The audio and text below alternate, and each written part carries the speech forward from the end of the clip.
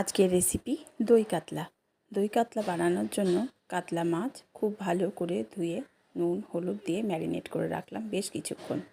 তারপরে প্রত্যেকটা মাছকে খুব সুন্দর করে হালকা আঁচে সুন্দর করে ভেজে একটা একটা করে তুলে নিলাম। বেশি কড়া করে ভাজলে মাছের টেস্টটা নষ্ট হয়ে যায়।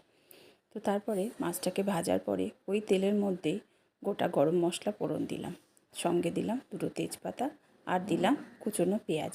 খুব ভালো করে নাড়াচাড়া করে পেঁয়াজটা যখন লাল লাল হয়ে গেল তখন আমি একে একে ওর মধ্যে দিয়ে দিলাম আদা রসুনের পেস্ট আর দিলাম টক দই, সঙ্গে দিলাম একটুখানি হলুদ, কাঁচা লঙ্কা পেস্ট আর দিলাম স্বাদ অনুযায়ী জিরে গুঁড়ো, ধনে গুঁড়ো, লঙ্কার গুঁড়ো দিয়ে খুব ভালো করে নাড়াচাড়া করে অল্প একটু চিনি দিয়ে আবারও নাড়াচাড়া করে দিয়ে দিলাম পোস্ত বাটাটা দিয়ে আবারও ভালো করে নাড়াচাড়া করে একটু কাজু বাদাম বাটা।